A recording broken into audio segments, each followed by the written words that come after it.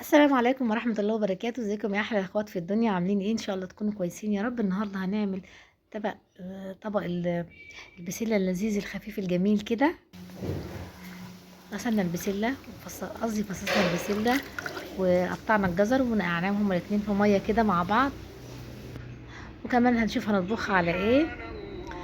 آه غسلنا البطة، كان عندنا بطاية كده حلوة جميلة، نضفناها وغسلناها وقطعناها وحطينا الحلة وحطينا البطة جواها عشان تتسلق.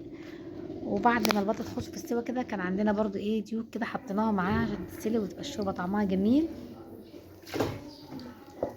طبعا غاسلينه كويس، البط احنا مربينه ايه في البيت، طبعا ايه عارفين طبعا متأكدين منه وعارفين نظافته، نضفينه كويس.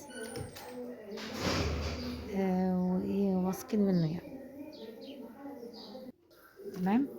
كمان حطيت بصلايه كبيره، بصلايه صغيره، قطعت البصل بقى كده وايه بحمره في معلقه سمنه او زيت زي ما تحبي. اول ما كده لونها يبقى ذهبي، طبعا انتوا عارفين ان التقليد لازم بس تكون ايه خفيفه، ما بنحمرش البصل قوي يعني. نزلت بالطماطم اللي كنت مفرزاها غلوه كده، نزلت بالبسله على طول. واول ما الشوربه هنا تغلي لازم ايه اشيل الريمه اللي بتتكون من على الوش كده، على وش الحله، عشان الشوربه يبقى طعمها جميل وبيضه ونضيفه. لازم كده اخد بالي من اي ريمه تتكون اشيلها.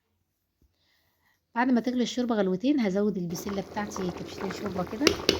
اول ما البسله تخش في السوا بقى لازم الحركه اللي بعملها كل مره دي، فصين توم كده معاهم فلفل حراق وتحطيهم عليها بتخلي الطعم تحفه جميله جدا. وطي عليها النار كده وسيبها تتردد مع نفسها.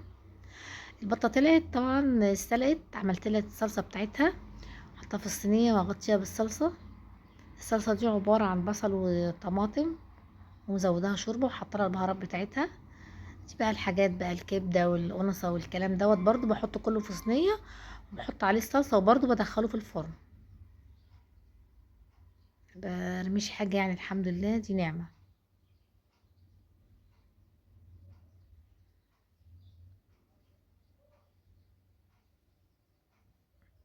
تمام كده.